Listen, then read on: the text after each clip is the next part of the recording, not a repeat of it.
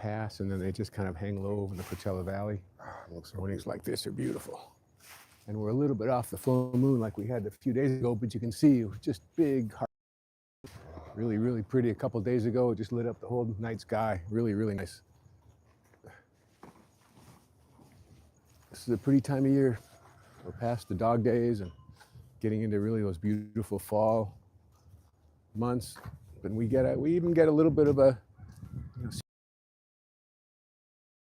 in the next few weeks. So we have a couple of weeks of leaf peeping, which is kind of fun, kind of like Maine in the Northeast. So, we get it all going on up here.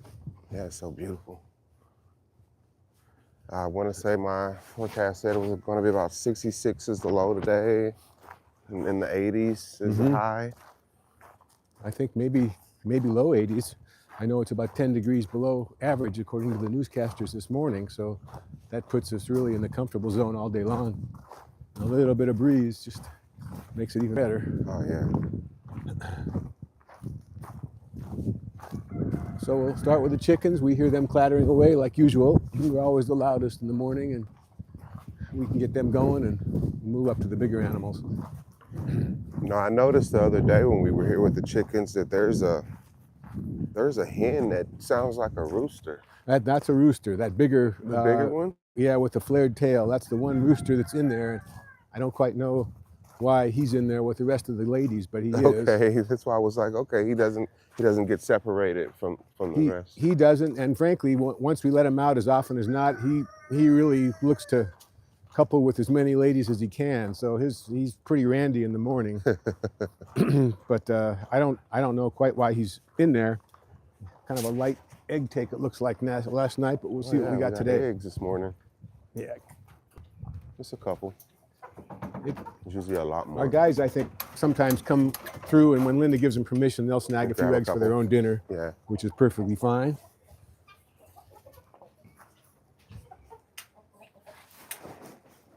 We've had instances once in a while when I've been careless with the gate that a chicken or two gets out, and then I have to chase them around the chicken coop a couple times to get them back in there. That sounds like fun.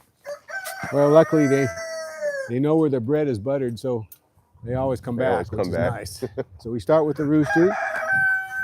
All right, fellas, come on, let's go. Wake up. Get the show on the road here. Good morning.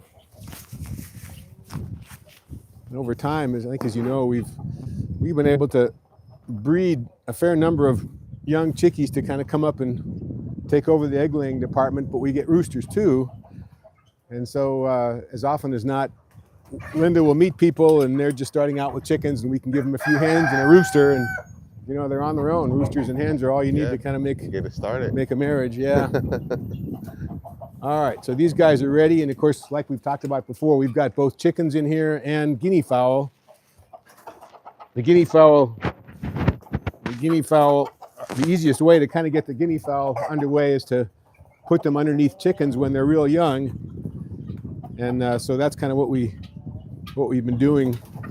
Whoops, those are guinea fowl on the way. The guinea fowl are pretty uniform in color, but we every now and then, like we talked about the other day, we get a white one, and we're just not. See, here's the much bigger rooster. Yeah, okay. So he'll start jumping on the hens here pretty quick, because that's what he wakes up and wants to do.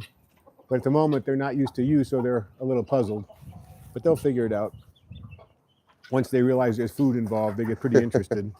I love these guys. The guinea fowl, see, there he goes. The guinea fowl are interesting birds too.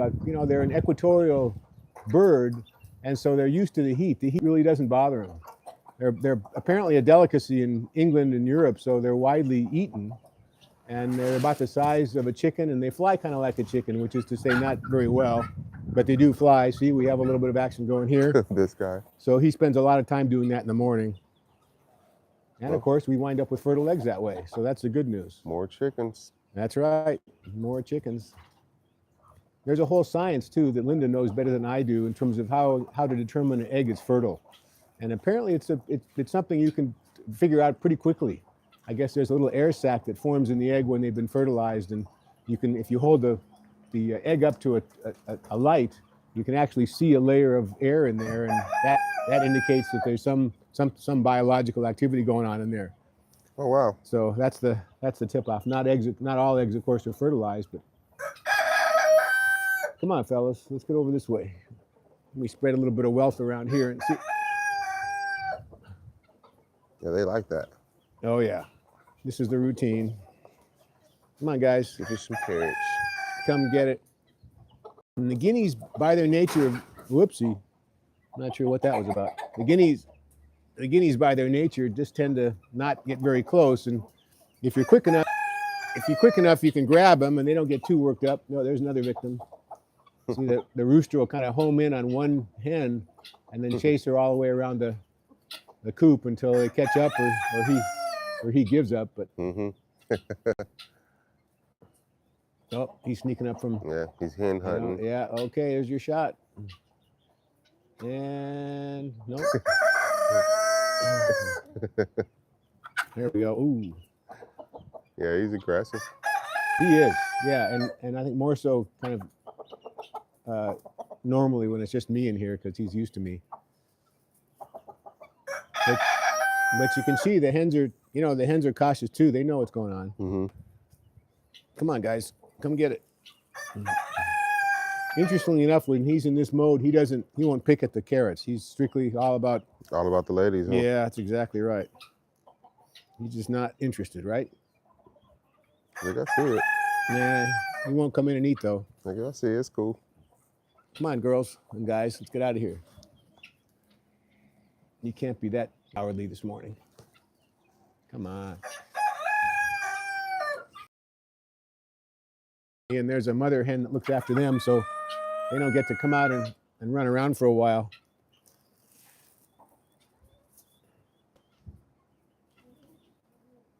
I like this guy. I named him Colonel Sanders. As a city boy, I really never realized that chickens came in so many colors and varieties. I mean, you see the chicken farms, of course, and they're all exactly the same. But chickens come in all kinds of different configurations. You guys you definitely have a decent variety. We do. Yeah, we've got a little bit of everything, and there's some cross mixes in here too. Half showgirl, half naked neck, and then I don't know what those are called exactly. Come on in. This one is one of the bolder ones. If she comes in, then the rest of them usually follow. You can get a good look, or I can anyway, because we got a couple of close-up guinea fowls that really the imprinting or the pattern on their feathers is really beautiful. Just that really delicate polka dot is really cool. And this one here, he's got a bent beak, and so he doesn't eat very well. And he's sort of become a pet project of Linda's because he steps in there and makes sure he has his place at the table, but oftentimes he'll have trouble eating in a conventional way. So he gets a little extra attention. And I know that every now and then when Linda has been asked to part with some of her chickens, she never wants to give her away. Yeah, that one seems to belong here. Well, I guess you have to be able to know how to take care of it the way that she does and give it that extra attention. Yeah, you do. I mean, we like to think, the setting here is about as good as it gets for chickens. I mean, they're safe and there's plenty of ventilation, plenty of food. We do a lot more cleaning, I think, than a lot of places just to make sure that everything remains in good order. And so there's a little guy. So they, they tend to behave well and produce well, and we have a minimum number of problems. Here comes the big fella looking for his next victim. Got his eye on a prize. Yeah, he does. Here he goes. No, can't make up his mind today. He's just not sure what's going on. He's the loud voice though. Yeah.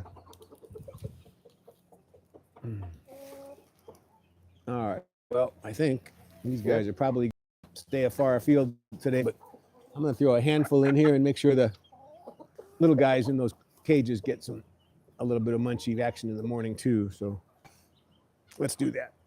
Okay. All right, guys. You guys get your share too.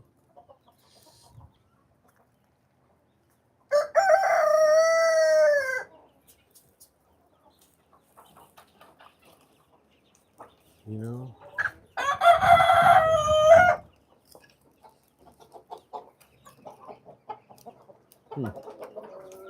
You know, it looks like, I know it's dark in here, but it looks like we're one short because we talked about the guinea fowl with the lame leg yesterday, and he's gone today. So I wonder if he passed away. I don't know. But he should be in there, and he's not. We can't get that close, I think, just by virtue of the lighting, but you can kind of see in the cubicles back there, a couple of them are closed off, and those hens are brooding. So they're likely sitting on chicks or maybe sitting on eggs or both. So they'll be in there for some time.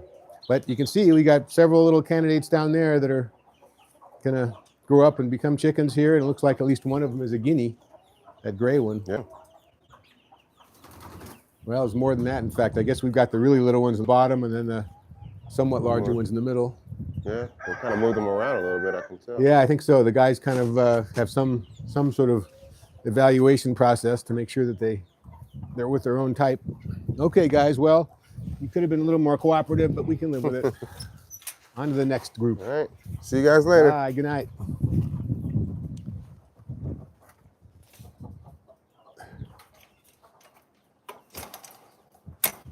It's kind of interesting, too. Again, something I never realized. I just sort of assumed that animals, you know, had a really minimal level of recognition in terms of being able to differentiate between humans. I thought, you know, a human's a human. I mean, you walk in there and everybody's pretty much the same, but you can see that they would know me, and they wouldn't know you, and so their behavior is a lot different. And the dogs, of course, too. So, hi, Fuzzy. How you doing this morning, bud? Yeah, I know. Oh man, we got the whole crowd today. Yeah. Good morning, pups. They weren't very active last night, so I think they probably slept pretty good then. Yeah, I think so. They're a little more animated than they usually are. Good morning. Get down. Hi, Lobo. Good morning, Lobo. You guys have been doing that.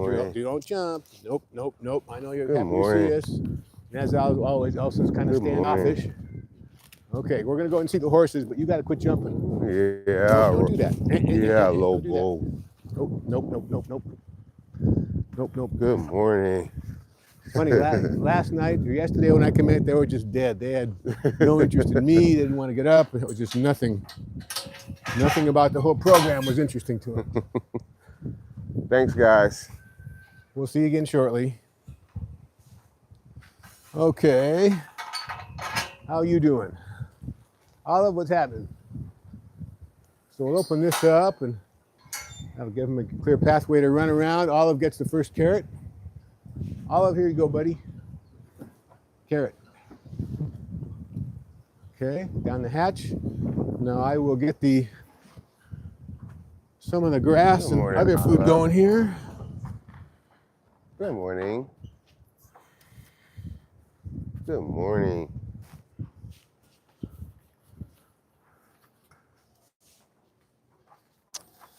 Both Olive and Carmelo get sort of a dehydrated food to start off with, and then they finish things off with the grass. So my charge in the morning is to kind of get the dehydrated stuff back to hydration, give it, soak it in water for a few minutes, and then feed them with that.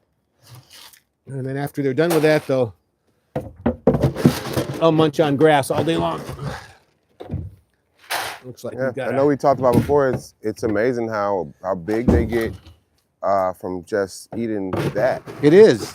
No, you're absolutely right. I mean, this stuff I think is much more nutritious than the Bermuda and the alfalfa is, but still, I mean, you're talking about an 800-pound active animal that gets a lot of exercise, and you got to eat a lot of grass to get enough calories for that. Of course, I guess, you know, it's true with whales too. You have a 40-ton animal that eats little tiny fish, and you got to eat an awful lot of them. Yeah. All right. So this is the water that goes in here that kind of gets this stuff back to fluffiness. And I know you mentioned it's kind of like a grape nut.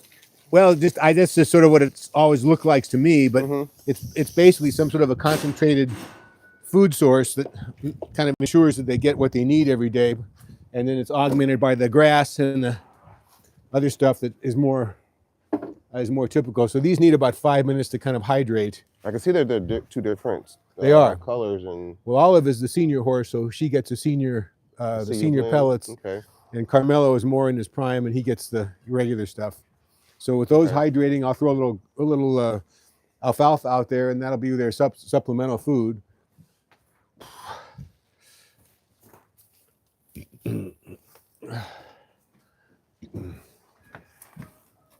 So this stuff comes in kind of these hard pack wafers, and I try to break it up just because it seems to me to be a little bit easier for him to eat. And once in a while, Carmelo, being the newbie, will kind of get into a tiff with the others, and so I try to create 2 piles of this stuff so that if one horse gets chased off of a pile, they can go to a second pile and have something to eat there. Yeah, let's get our tripod set up right here. And wait for the horses to come by. This goes over here.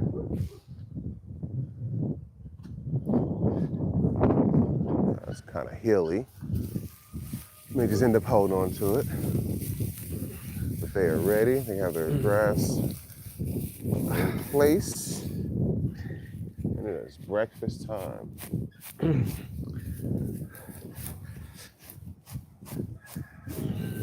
You ready to come out, Olive? Yeah, she's ready.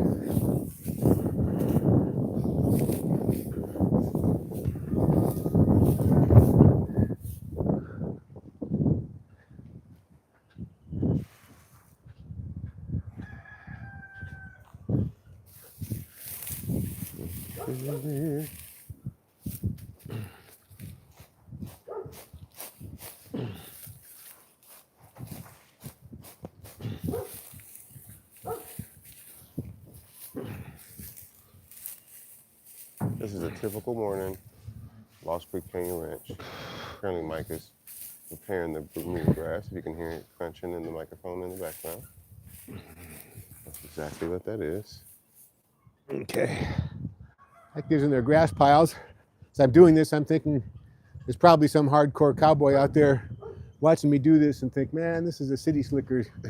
This isn't how it's really done, but this is how we do it until somebody tells me otherwise. Yeah, that's how we do it on the ranch. That's right. All right. So we got that part. Now we're going to go give Carmelo his rehydrated stuff along with a carrot to kind of get him going. Okay. Carmelo tends to be a very slow and messy eater, so I found in the past that unless I kind of feed him separately, he gets all tangled up with the other horses trying to horn in, so I keep him in his stall while he has breakfast. But he does get a carrot to kind of get things started, so it's kind of, I guess it's the equivalent of orange juice for horses. Here you go, buddy. Good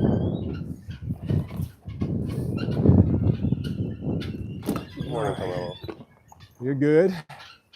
All right, Carmelo is going to now have breakfast, his messy sort of way. We'll get all of her breakfast.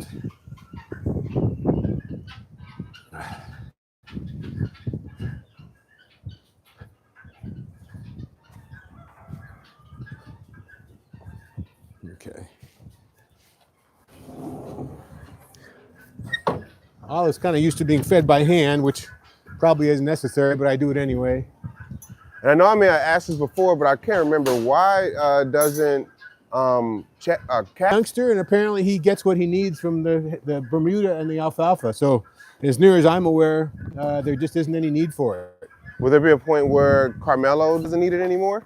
You know, that's a good question. Probably above my pay grade to give you a reasonable answer. But I think based on what our vets tell us and what our ranch hands who are very experienced with horses tell us, Carmelo at this stage, or rather Cashew at this stage as a young horse, just doesn't need the supplemental food. Okay. So, and he does good without it. He came to us about a year or so ago, pretty skinny. He was a part of a neglected herd, I guess, that was nearby in the Coachella Valley that had to be broken up and placed elsewhere. And so a lot of people are happy to get colts, young horses, because of course they can be molded into a lot of different things before they develop any bad habits.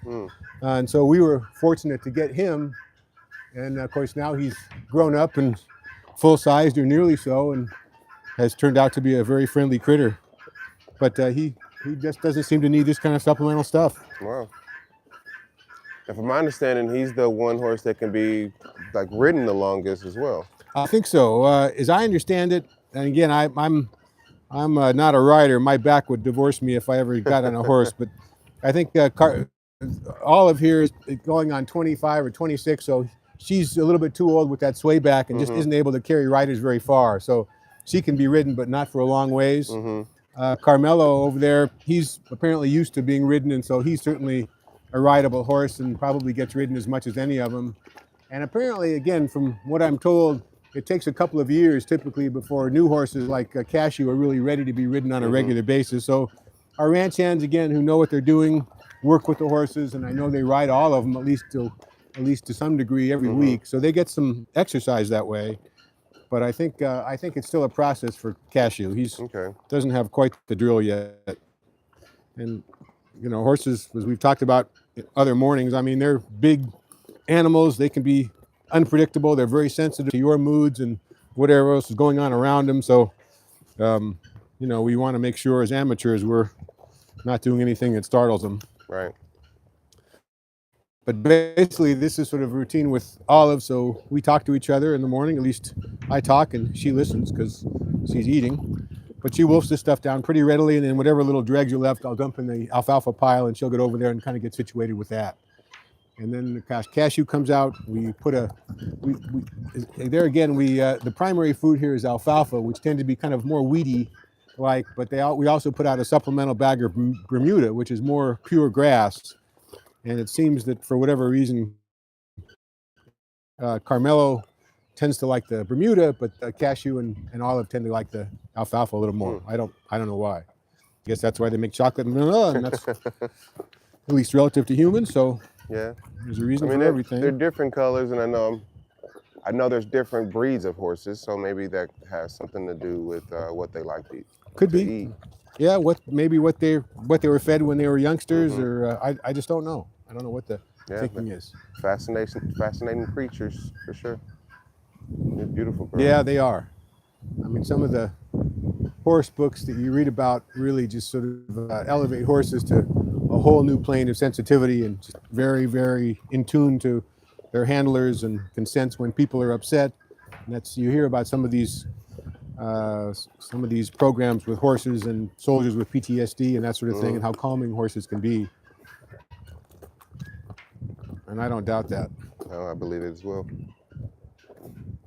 All right, so much better just hanging out with her. Yeah, a little bit. Yep.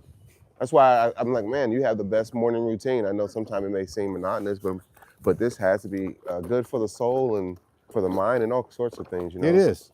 It's a relaxing, it's therapeutic sort of thing. A lot of different elements.